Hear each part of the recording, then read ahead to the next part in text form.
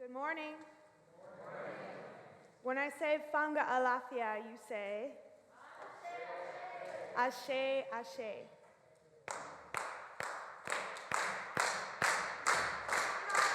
Alafia. Fanga Alafia. Fanga Alafia. Fanga Alafia. Ashe, Ashe, Ashe, Ashe, Ashe, Ashe, Ashe, Ashe, Ashe, Alapia.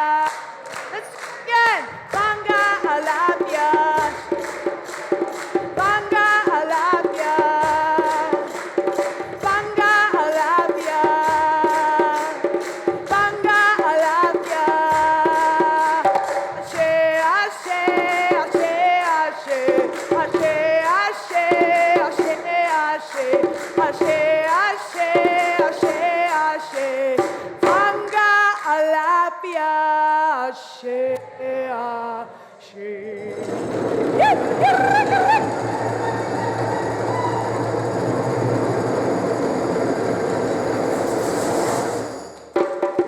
Great.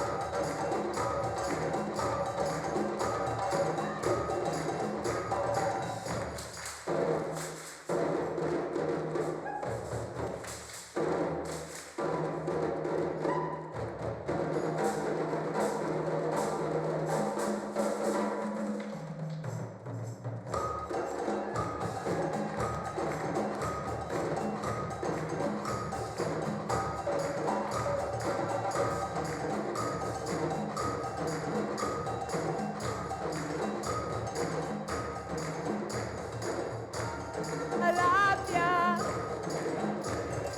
Fanga Alapia. Ashe, Ashe. Fanga Alapia. Fanga Alapia. Ashe, Ashe. Ashe, Ashe, Ashe, Ashe. Ashe, Ashe, Ashe, Ashe. Ashe, Ashe, Ashe, Ashe. Fanga Alapia. Ashe, Ashe.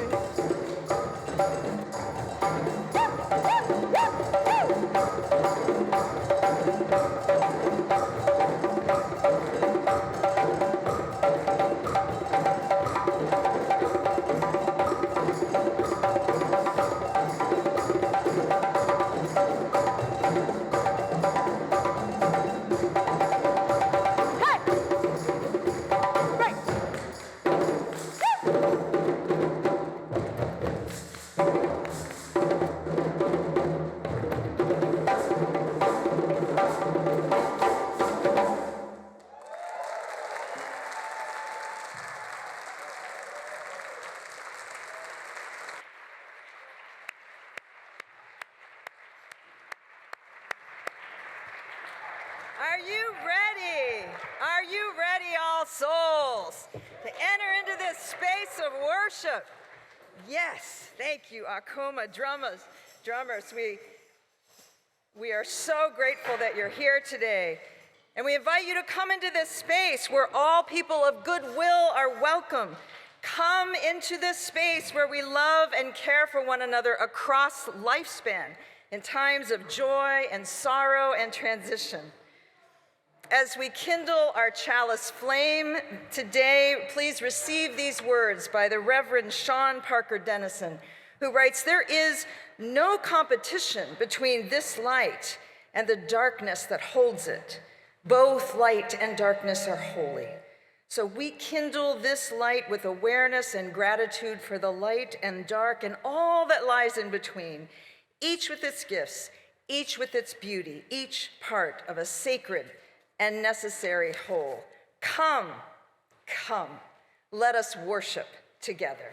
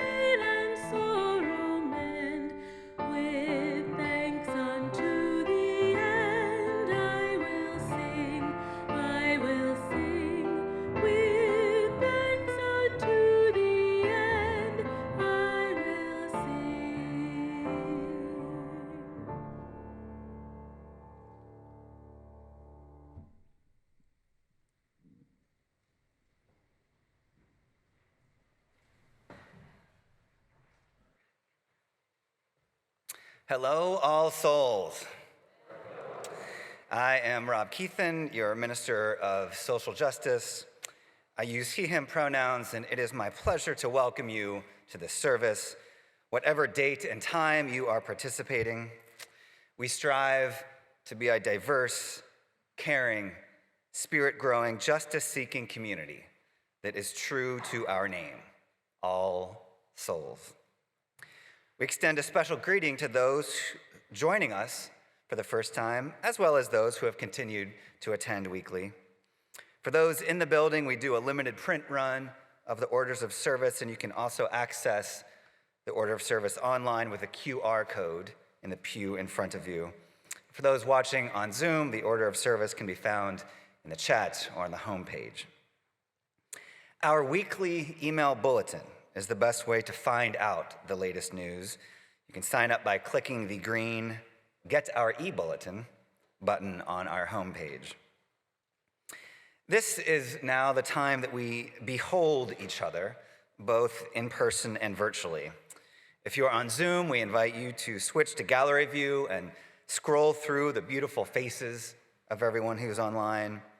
If you're in the sanctuary, we invite you to get up, move around, greet each other with an elbow bump, a bow, or if you'd prefer to keep your distance, just hands across the chest or a wave. Let's take time now to greet and behold one another.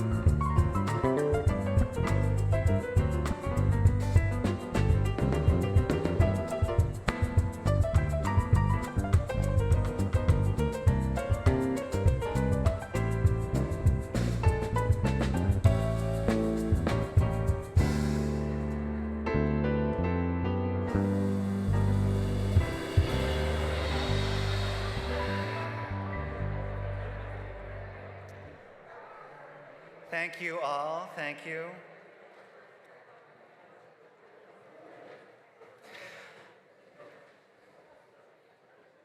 I always see it as a good sign that folks want to greet each other. That's good. We have a number of important announcements today.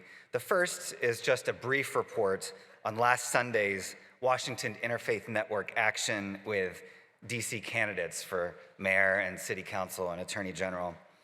All Souls had a minimum goal of turning out 50 people and a stretch goal of turning out 75, and our final number was 78. That is an important sign of our investment in our city, and you can look forward to hearing many more invitations in the next few months leading up to the DC primary on June 21st. I'm also thrilled to report that after more than a year of thoughtful planning and preparation, a close collaboration between the All Souls Committee on Right Relations and church staff has led to the hiring of a consulting team to support our work on transformative justice, which is a distinct approach to engaging conflict that offers many possibilities for a congregation that seeks to deepen its multicultural and anti-racist commitments. And I'm honored that the consulting team includes one of our speakers today, Rochelle Faithful. Look for more information about this incredibly important process in the next e-bulletin, and there will be an online event where you can meet the new team of consultants on Sunday, April 24th. Just a few more upcoming events, starting with two today. For those that are joining us in person this morning, there is a West African Arts and Craft Fair happening right after the service in the lobby. Woo.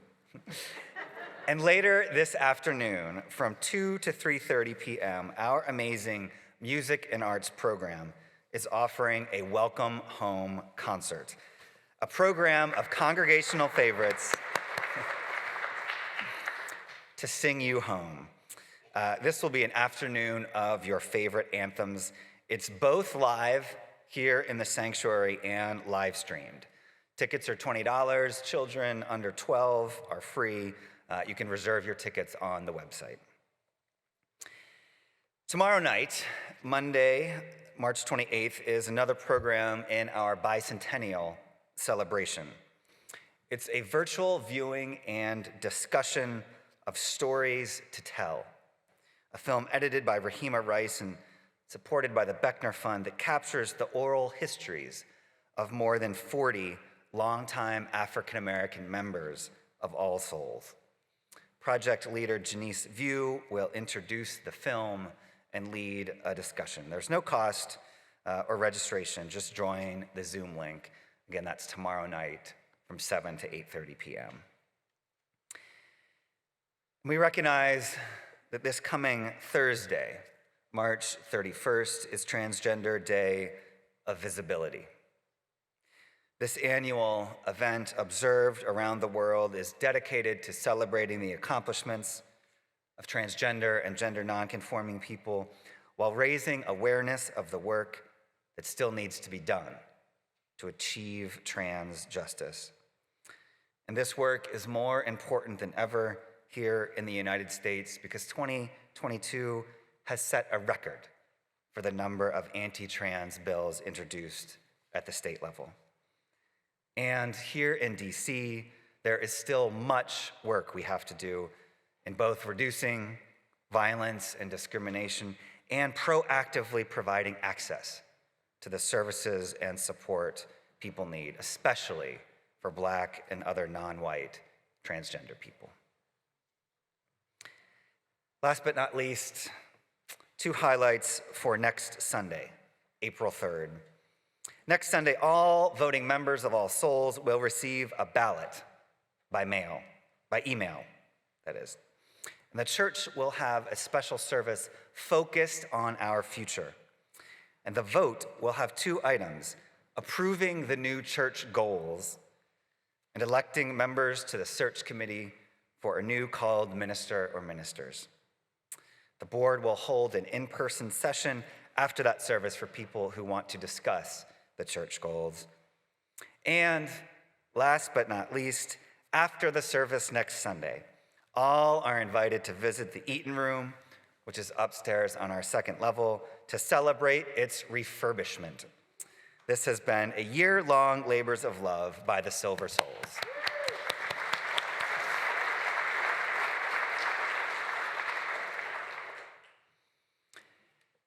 We move now to our congregational concerns. We start by sending condolences to Carolyn Fowler-Smith, whose brother Keith died on Thursday, March 24th, after a long illness. Jane Simpson was admitted to Sibley Hospital earlier this week, but has since been released and is in good spirits. We send her our good wishes.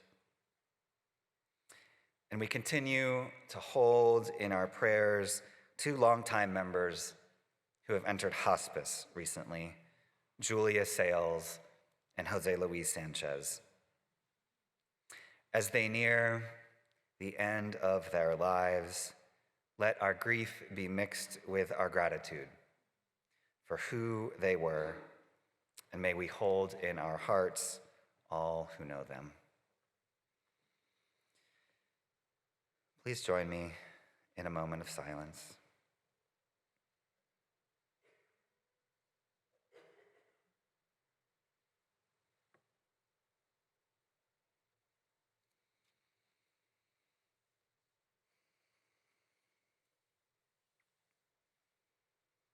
I invite Rochelle Faithful to come forward at this time and offer our prayer.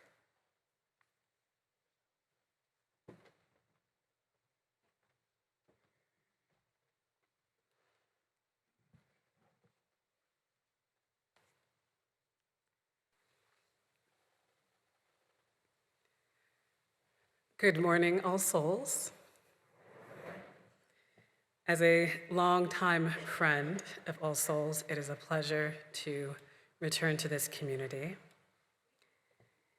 I'm also grateful to be a contributor of the Black Trans Prayer Book, which was a long-time project in the making dedicated to Black transgender people across the world in our liberation, in our survival, and in our dreams. And one of the pieces I was able to contribute to this project was called the No Harm Protection Spell. And for me, this was inspired by a wish of everyday protection for those who have to move through the world with that sense of uncertainty about how the world will greet them and receive them.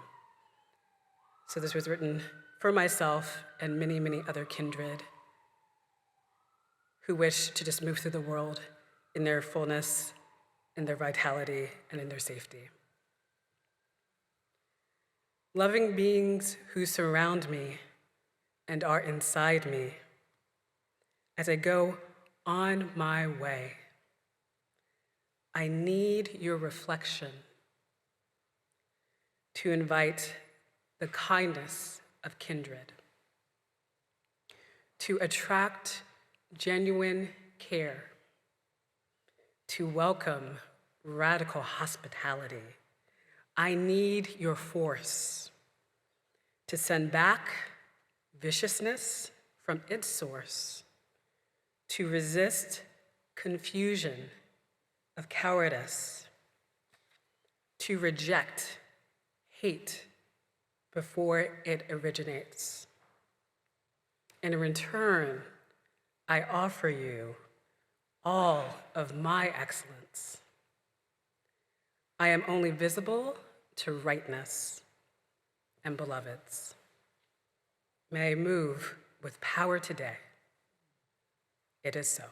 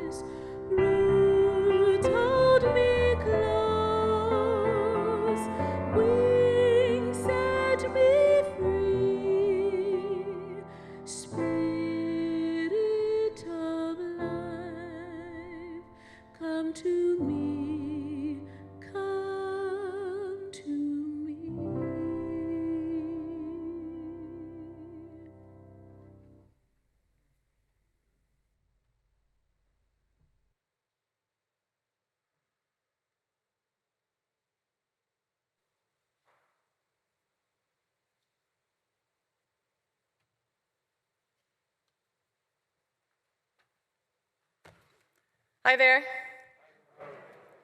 My name is Libby Buckley, and I'm on the All Souls Church Board of Trustees. Hello to the Zoomers on Zoom, and hello to all of you. So, Facebook served up a memory for me this week. It reminded me that this was the first week that my kids started teleschooling online.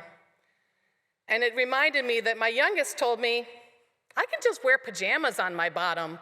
Nobody can see me anyway. And one of my twins said, Mom, stop walking behind me when I'm on camera. We were all developing new skills. So as the world was shutting down, All Souls stayed open. We had a virtual church service that very Sunday, and we haven't missed a beat since.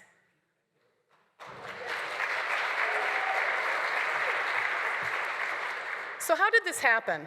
Well, our staff and our clergy are truly amazing.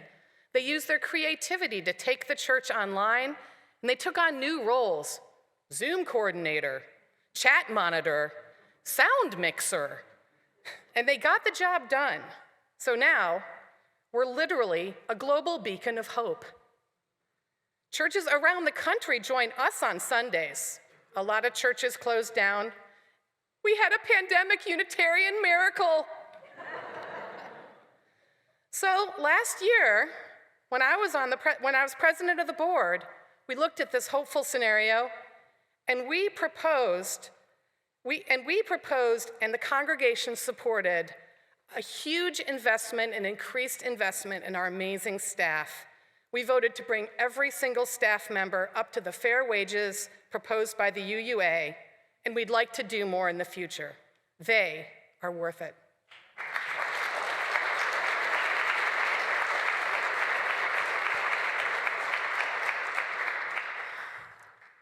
But now we're tired. Pandemic fatigue is crushing us. Core donations are down. We have a pledge fulfillment gap of about $300,000 for this year. We have a huge number of people who haven't even started paying towards their fiscal year 2022 pledges. So, we're having a cash flow problem. If our current year pledges are not fulfilled soon, All Souls will be forced to take money from our investment accounts in order to pay staff and to keep the church open. This would be a bad time to do this. You may have heard that investments overall are down. Not a good time to do this. So I need you to do three things. First, if you haven't started paying your pledges for fiscal year 2022, now is the time to start. Please make a significant donation today and set up a recurring donation so we have funds we can count on. The link to make the donation is in the chat. Right, Gary? It's in the chat? Okay, good. You can scan the QR code on that little sticker that's a little hard to see that's on the back of the pew, or you can text ASCU to 73256 and follow the directions to make either a one-time or a recurring gift. Second, please remember to make your pledge for fiscal year 2023. Pledges are the foundation of our church's budget. Pledge cards are located in the pew in front of you, or you can go online. I had a little trouble finding the link. Look for it in the happenings, or I'm sure Gary is putting it in the chat as we speak. Oh, and last but certainly not least, our marvelous ushers who showed up in person to welcome us back will be coming down the aisles with good old-fashioned collection plates. You can throw in a check or cash, throw in a couple Amazon cards, I don't know, whatever. Throw something in there. This year is going to be so exciting. We're back in person, and we're preparing for a new minister. On April 3rd, 2022, we're gonna have this special service, and afterwards we'll have a 2-week voting period where they will ask the congregation to vote on 2 major things: affirming the new church goals that we all came up with together in our listening sessions, and balloting and selecting our new ministerial search committee. These are amazing things. The church is moving towards a wonderful future. And remember, in order to vote in that, you have to have made a contribution of record to the church in the past 12 months. So please, get those donations in soon. One of the first signs a ministerial candidate will look for is robust financial support from the congregation. It signals that we are a healthy church and that we can afford to pay our minister. What we can afford to pay our minister will be based on what we raise this year and what we can budget for. So if you've been waiting for a sign, if you've been wondering when to start giving to the church again, now is the time. Let's contribute again to that All Souls Unitarian ministry of miracles. Thank you. And this morning's offering will now be received.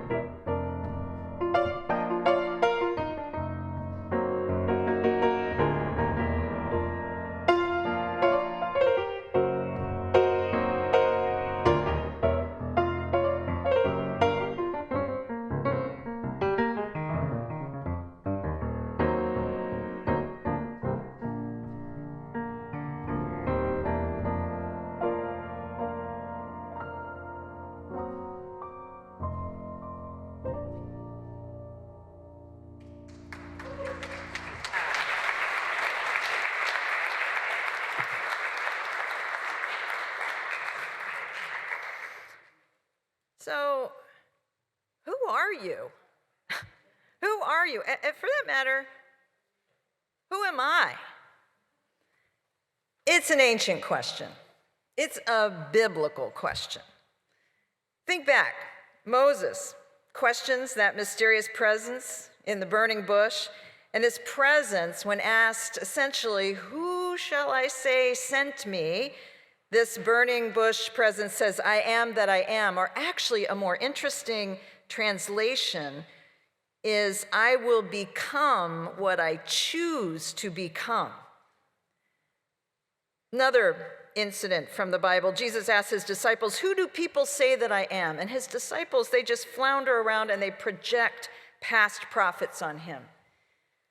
Or what about Walt Whitman in his poem, Song of Myself? He mused on this very question when he asked, "Do I contradict myself very well? I contradict myself. I am large. I contain multitudes." So this dance between who we say we are and who the world tries to force us into being is both deeply personal and political. The issue of our identity goes right to the heart of who we are and to our right to name and claim multiple identities and acknowledge that they may change over time. So this morning's service is a meditation from three voices on the religious and spiritual questions surrounding our identities. So let me just ask myself the question, who am I? Well, most of you here know me as Kathleen, pronouns she, hers, but my mother's name for me was Chatty. And, right, you can probably guess why. My friends from college knew me as the performance artist formerly known as Magda. And my birth family knows me as Kathy. When I became a minister, I decided to use my birth name of Kathleen instead of the family name that I had been called my entire life, Kathy.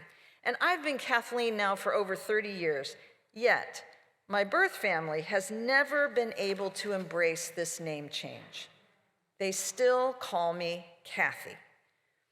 Now, I understand for them, Kathy was the person they knew and loved, and this Kathleen is an identity that is unfamiliar to them. They don't know the person I've become and why I claim that name of Kathleen. And you know, over the years, I've just let it go, but it has made me wonder why, for some, it is so difficult to accept the fact that our identities change over time, or may change over time. Our faith tradition differs from those of more orthodox in that we say revelation is not sealed, meaning new insights, new selves can emerge. We honor and accept the fact that our identities can evolve and change over time. Wanting to go by a different name than the one given at birth is just one tiny aspect of this. Larger battles around identities, as Reverend Keithan mentioned, are happening all over the country right now. And in Texas, Governor Abbott has attempted to criminalize a family's support for gender-affirming care for their transgender children, calling this child abuse. And Family and Protective Services staff are sent to investigate the parents of transgender children receiving gender-affirming care.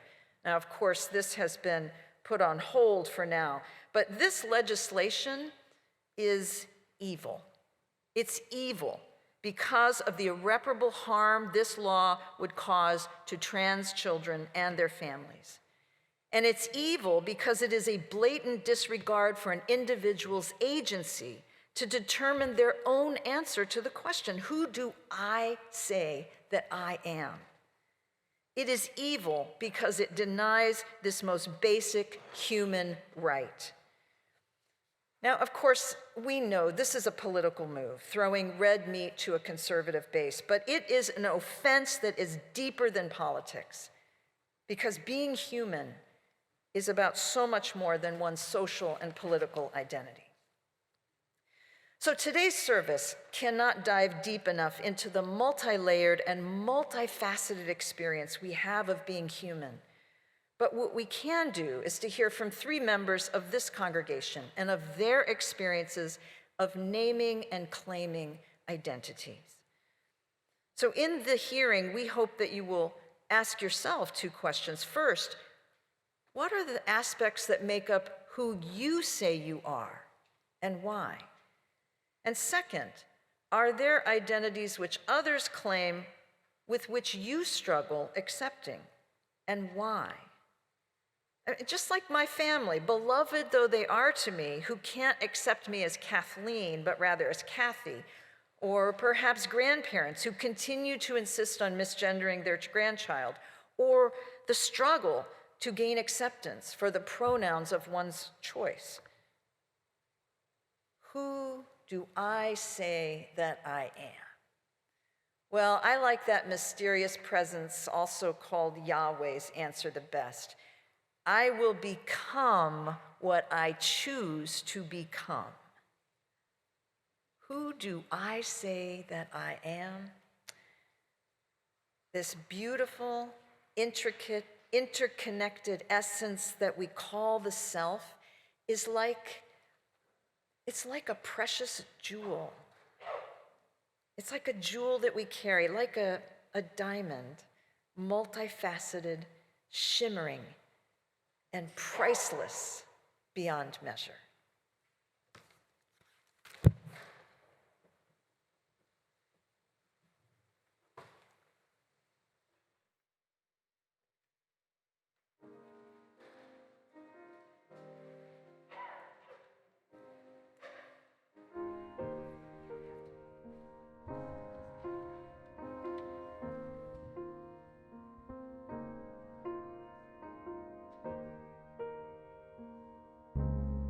Sometimes the grass ain't green on the other side.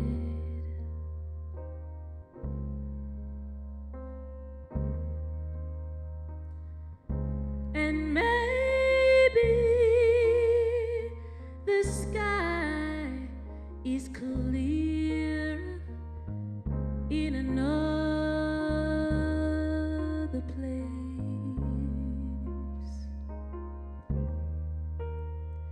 but you've got diamonds under your feet.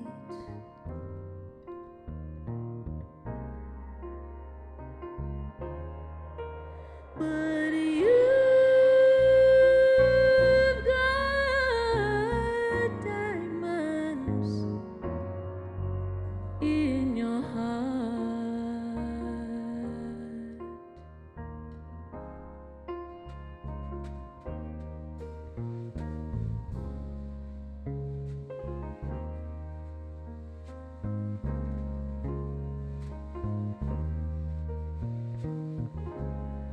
Waiting on a day of change to come.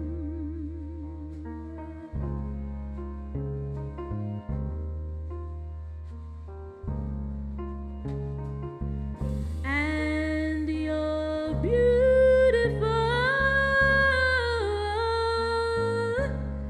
dancing in a gloomy storm.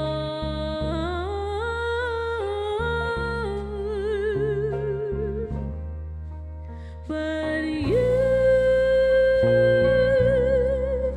got diamonds under your feet.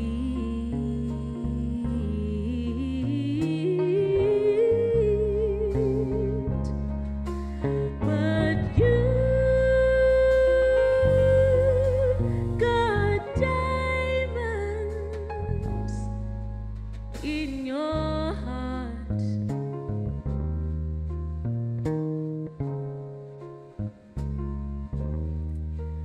But you've got diamonds in your heart.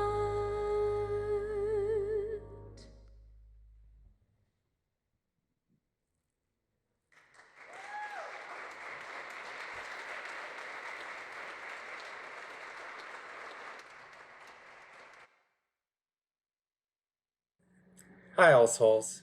It's good to be with you today, if only by video. When Reverend Rollins asked us to ponder the question, who do I say that I am? My thoughts immediately turned to one of my favorite poems by Carolyn Pearson, entitled Pioneers. My people were Mormon pioneers. Is the blood still good? They stood in awe as truth flew by like a dove and dropped a feather in the west. Where truth flies, you follow if you're a pioneer. I have searched the skies, and now and then another feather has fallen. I have packed the handcart again, packed it with the precious things and thrown away the rest. I will sing by the fires at night, out there on uncharted ground, where I am my own captain of tens, where I blow the bugle, bring myself to morning prayer, map out the miles, and never know when or where, or if at all, I'll finally say, this is the place. I face the plains on a good day for walking. The sun rises and the mist clears. I'll be all right. My people were Mormon pioneers. While I can't claim that my ancestors crossed the plains with Brigham Young, or that my evolving personal theology even aligns with that of the Mormon Church, I still claim my Mormon roots. Why? The Church manifests itself in many ways in direct opposition to all that I am and the kind of person that I want to be. Despite all of this, it really was in this crucible of what most Christians label heresy that I grew into the person that I am today. Mormonism gave me the fortitude to enter the conversation around identity more as a partner than as a passive consumer. Through this and several additional life-changing experiences, including finding my way to All Souls and Unitarian Universalism, I've come to realize that I need to be true to myself, and everything else is a bonus. Mormonism instilled in me the foundational belief, albeit in a somewhat convoluted way, that we're all connected in ways that we'll never fully understand, and that these connections extend far beyond this life. Unitarian Universalism deepened that belief by introducing me to the expression of the divine that resides in all and constantly reminds me of the ties that I share with all beings. It's because of my multiple identities, as a person with religious roots in Mormonism and wings in Unitarian Universalism, that I've come to believe that the divine resides in every person. And if I truly believe this to be the case, how can I know the divine without seeking to know and love, or at least being open to knowing and loving each and every person that crosses my path? As a middle-aged, cisgender gay male who identifies as mixed race, I'll never fully understand the space inhabited by my trans and gender non-binary siblings. I'll never fully understand what it means to be a heterosexual woman, or a person who identifies as white, Black, First Nations, or otherwise. And at this point in my life, I struggle to understand from a personal experience what it'll be like to offer wisdom that is rooted in an entire lifetime of experience. But is the enormity of the task a good enough reason to simply throw up my hands and give up trying altogether? To this end, I believe in the diversity of human experience. It's complex, it's messy, and most of all, it's holy. I have packed the handcart again, packed it with the precious things, and thrown away the rest. What values and beliefs now find home in my cart? I believe all human beings are deserving of love and dignity. I believe the purpose of life is to leave the world a better place than we found it, and to improve and accept ourselves in the process. I believe truth can be found everywhere, even in the most unlikely places. I believe there's always enough space, always enough time, and always enough resources to share with those that have less than I do.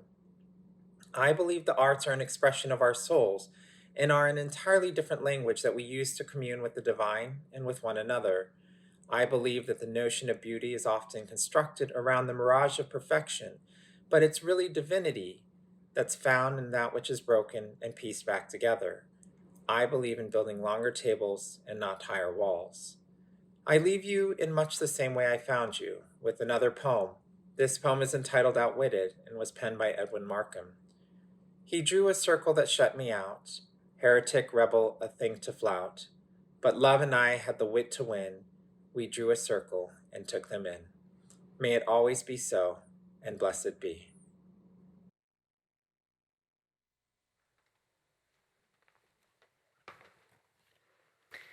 Good morning, All Souls. I'm T. Vodnik, and my pronouns are they, them, and I'm so happy to be here with all of you today, including the people on Zoom. Hi, Zoom.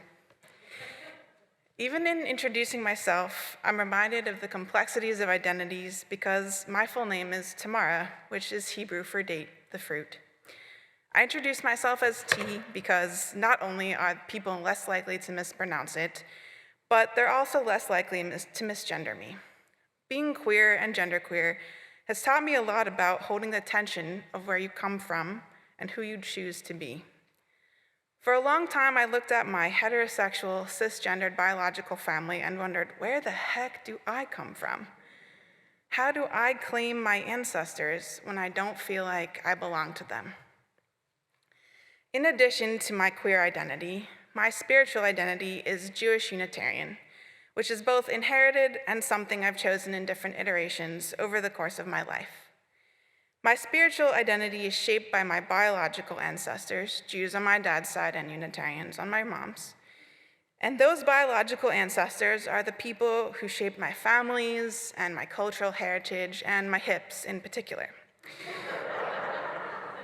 Though my dad sent me to Hebrew school as a kid to give me a sense of Jewish identity, I also inherited his deep distrust of organized religion and skepticism about God. But as an adult, I found myself seeking out a way to be part of something bigger. And the first time I walked into this room in All Souls, I knew I was home.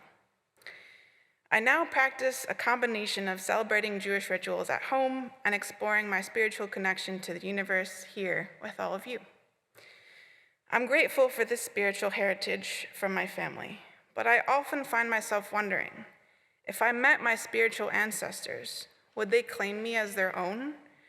Or would they follow the spiritual and cultural norms of their time and reject me because of my queerness? One of the best things about being queer is chosen family. When your biological family rejects you for being who you are, or even if they don't reject you, but they don't really totally get you either, queer people create families amongst ourselves. And as someone who was always fighting the fight to make it a little easier for the next queer person who comes along, I acknowledge the queer people who came before me, who made it possible for me to be me. And I realize that they too are my ancestors. Just as I have queer chosen family in this life, I have queer chosen family who came before me.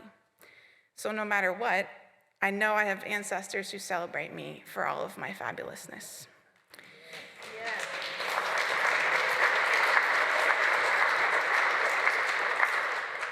The part I've struggled with the most in reconciling my ancestors, my spiritual identity, and my social political identities is my whiteness.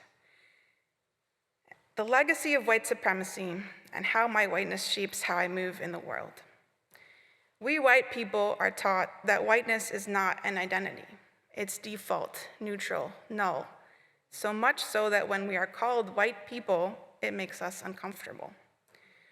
But whiteness isn't active in all of our identities. For example, as a queer and genderqueer person, my whiteness protects my physical safety in scary spaces like public bathrooms.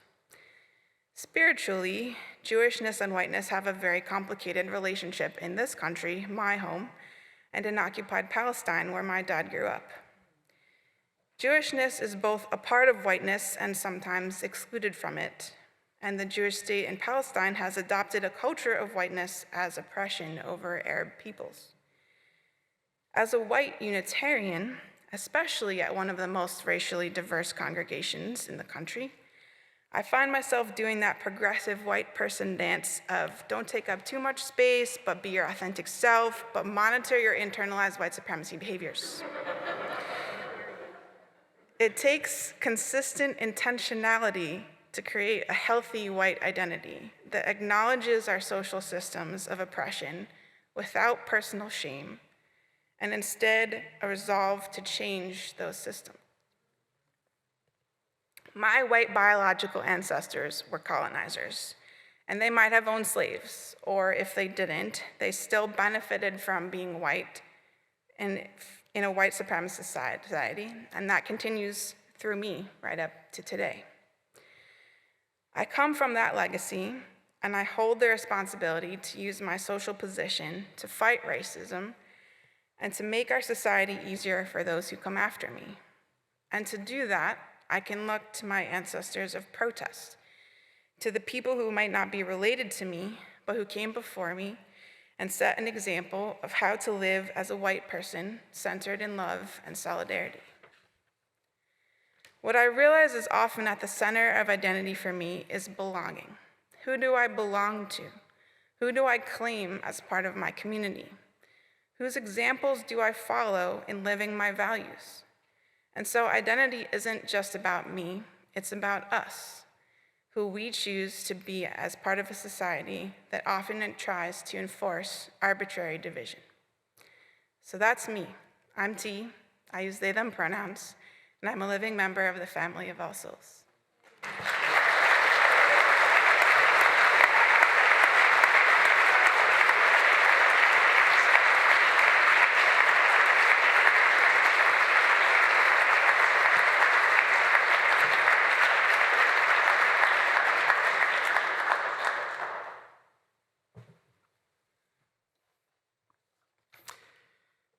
Good morning. My name is Shige Sakurai. I go by they, them pronouns. I'm a non-binary, transgender, and queer mixed-race person of color of Japanese and European descent. I'm wearing a blue shirt with a floral motif, a gold flaming chalice pendant, and a stole with mathematical symbols representing both the rationalism in Unitarianism and my atheist family. I also have ancestry in Shinto, Buddhism, and Christianity. I am Unitarian Universalist and a deacon in a nature-based Druid tradition. Throughout my life, I have traversed both the pain and the power of vulnerability when it comes to naming and expressing myself. I have faced the uncertainty about selfhood that oppression creates through erasures and danger. All the while, I still seek to survive, even to thrive, because of an abiding faith that it doesn't have to be this way. For over 3 decades, I've tried to understand and befriend my ADHD neurodivergence. And in the last couple years, I've begun to understand how trauma has impacted my brain and health. I have for decades navigated naming and claiming my sexual and gender identities. I have sought to understand my racial, ethnic, cultural, and religious heritages, to place myself in my history, ancestors, and roots. While sometimes I find myself with proud identity labels, other times my labels fray at the edges or fall apart entirely. But the labels themselves are not who I am. They are powerful tools I deploy for activism, for finding or building community, for survival. Who we are can also make us targets. At my Catholic high school in the late 1990s, my Jesuit religion teacher asked our class a hypothetical question. What would you do if you know a gay person and the authorities come knocking on your door asking, who do you know who is gay? In this scenario, either the gay person you know is going to prison or you are going to prison for attempting to subvert the authorities. What do you do? And I would add, what does what you do say about who you are? My teacher was trying to get us to consider the role of regular people in moral scenarios, such as the Holocaust and generally the spread of Nazism in World War II. There's a long history and ongoing reality of criminalization and imprisonment of queer and trans folks. Now we are in a situation where some US state governments are seeking to imprison not only trans people, but also allies of trans youth, and to try to take trans children away from supportive families. What is Unitarian Universalist identity? And how does that help us think about who we are when responding to marginalization? In 2018, the president of our Unitarian Universalist Association, the Reverend Dr. Susan Frederick Gray, gave a sermon addressing the resurgence of organized white supremacist and neo-Nazi efforts in the US, where she said, quote, "This is no time for a casual faith or a casual commitment to your values, your community, your congregation, your soul, and your faith. No time for casual faith. As Unitarian Universalists, we are first and foremost religious communities that practice love as our foundation. We are living in times of heartbreak, violence, and pain, and in this time, we need communities that remind us of our humanity, unquote. The very symbol of our faith, that a profound love in action wins, is the flaming chalice. The flaming chalice symbol was designed by a Jewish refugee during World War II for the Unitarian Service Committee. The symbol was a reference to ancient Greek and Roman pagan altars, and the flaming chalice was used to promote resistance to and refuge from Nazi persecution, as the Unitarian Service Committee helped people to escape.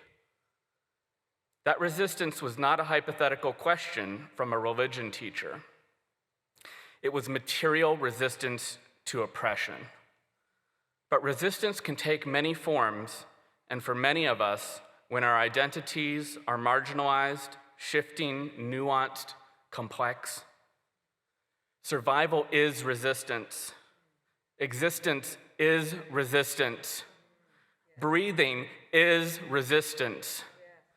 Finding yourself, taking seriously your spiritual calling, naming yourself, even if only to yourself, is resistance.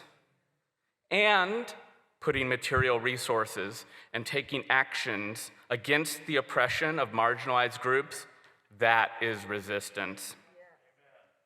May we ask ourselves, who do I say that I am each and every time we light and extinguish our Unitarian Universalist flaming chalice, our symbolic reminder of resistance and refuge.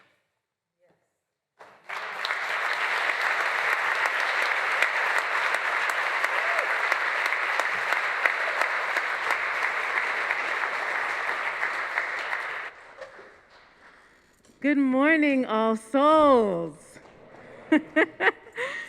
Thank you so much. Thank you, and thank you to Justice as well. My name is Rochelle Rice. I use she, her pronouns, and I'm the Associate Director of Music and Arts here at All Souls Church. Yeah, that is a woo.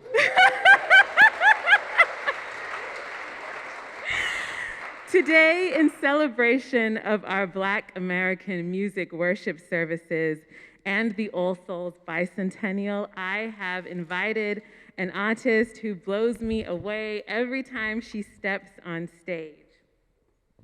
Dior Ashley Brown is an award-winning MC, activist, and founder of the DC Music Summit, a nonprofit that provides professional development, national industry connections, and so much more for DC's music community.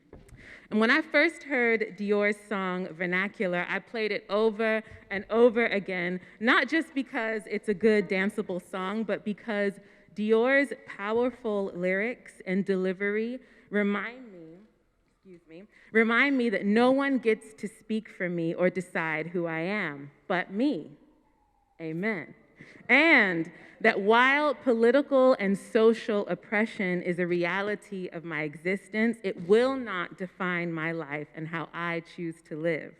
Now, All Souls, we may not be able to rap, right? And we may not, feel like we're gonna jump on the mic and MC, but we do know about power and we do know about truth.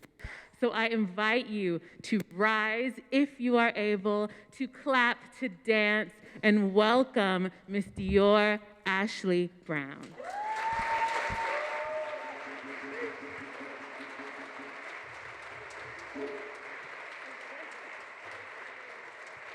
Mr. Vice President speaking. I have. Thank you. Mr. Vice President speaking. I have. I'm speaking. I'm speaking. I have. I'm speaking. I'm speaking.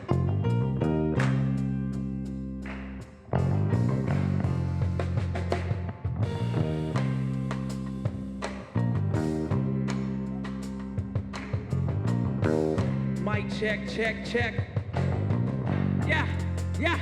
There's a war in the feeling, they ain't keeping it real. They think it's easy to appeal just cause they flipping those bills. The only vote is for Hill, but if I Trump it'll cost, huh? We already walking dead in the land of the lost. I've been taking it way back, say Jack. Been my old wicked woman on the track while they twerking in the trap. I'm gonna get them blacks, yeah, my mind is on the racks. I'm just staying loosely facts, go and get that contact with your loose leaf, huh? Leaning on the wall with your bathroom pass. Need a Wonder Woman in your life, hold fast. How I'm gonna tell the truth and watch you puff, puff, pass. Dun, da, da, da. Speak my vernacular. Speak my vernacular. Speak my vernacular. Hear me, hear me, hear me, huh? Speak my vernacular. Speak my vernacular. Speak my vernacular. She back, huh?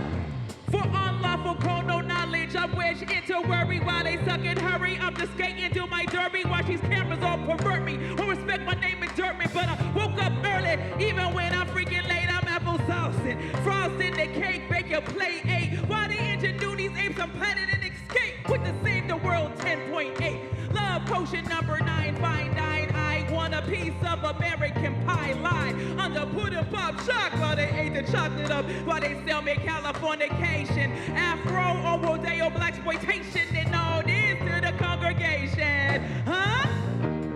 Speak my vernacular. Speak my vernacular. Let me hear you. Speak my vernacular. Hear me, hear me, hear me. Huh? Speak my vernacular. Speak my vernacular. Speak my vernacular. Rock with an unk feel, cause I keep an ill will. Thank God he instilled whether red or blue pills kill Bill. Don't trust, bent up like Eon Flux, fearlessly protruded.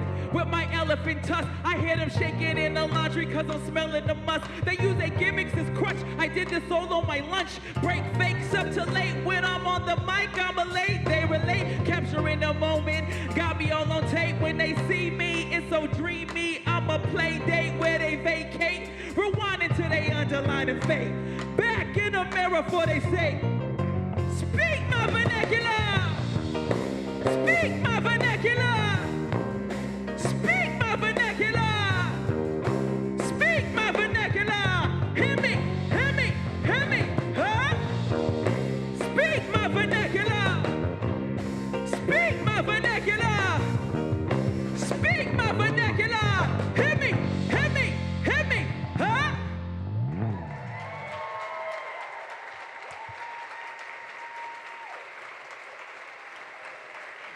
Thank you.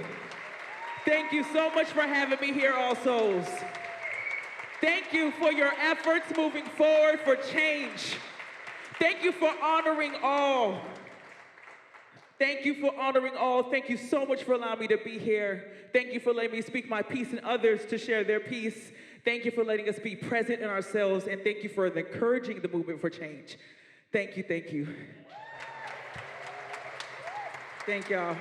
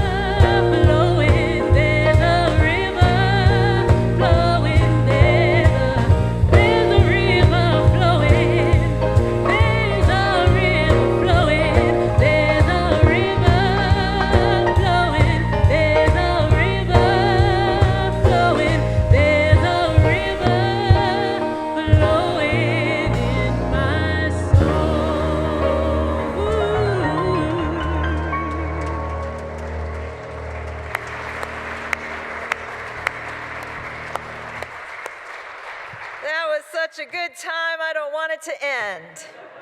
But we can continue the conversation in Pierce Hall or stop by the lobby on your way out. And certainly those of us on Zoom, please stay afterwards for coffee and conversation. So as we extinguish our chalice, symbol of resistance and refuge, hear now these words by Sean Parker Dennison. At this moment of ending, may there be a good word, a blessing to help us remember what we have so often forgotten. At this moment of ending, may the goodness we wish for ourselves and for each other, this community, ecosystem, planet, stardust, galaxy, become such a part of us, we cannot tell where the blessing ends and we begin. May it be so. Ashe.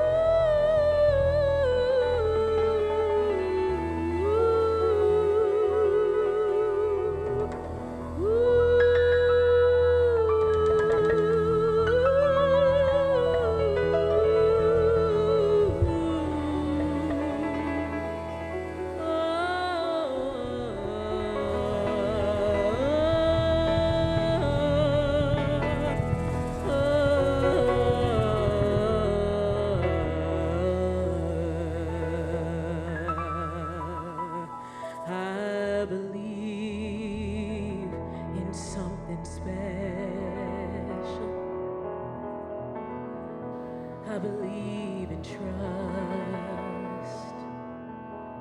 I believe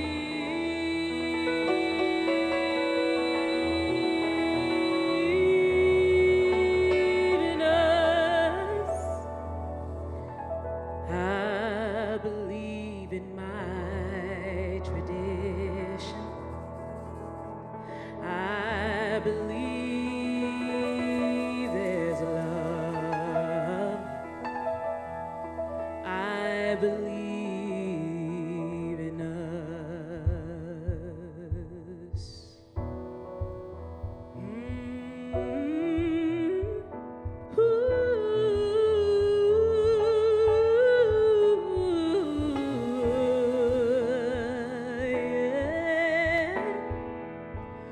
I'm aware there's no tomorrow. I'm aware of yesterday. It's the sound we make. 'Cause I know there's a history. Let it seep down through all of this misery. So sing with me this lullaby. We can't say we don't try. So sing with me this lullaby. We can't say we don't try.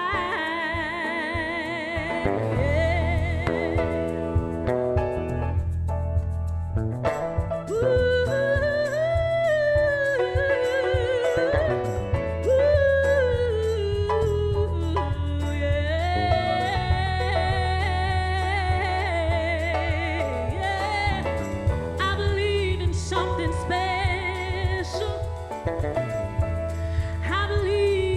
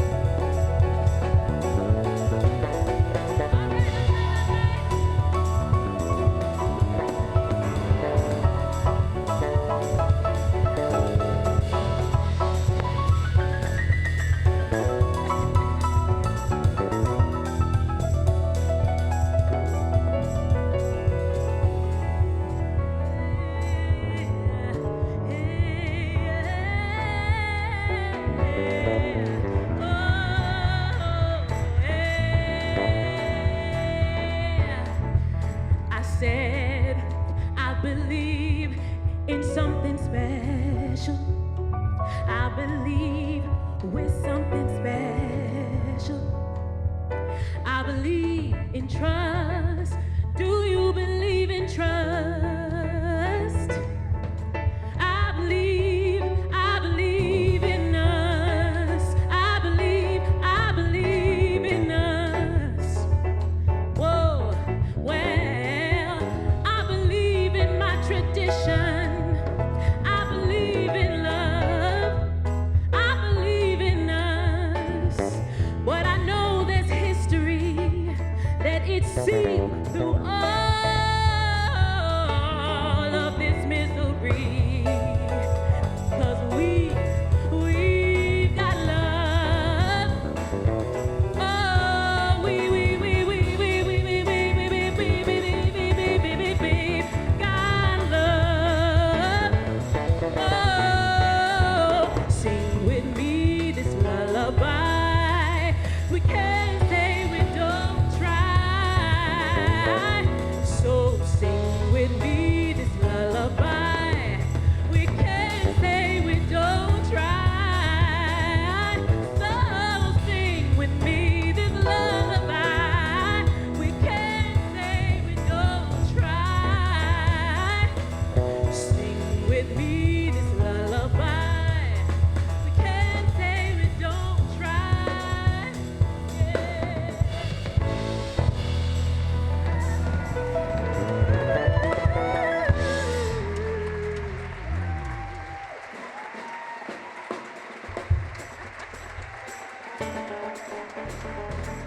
Yeah.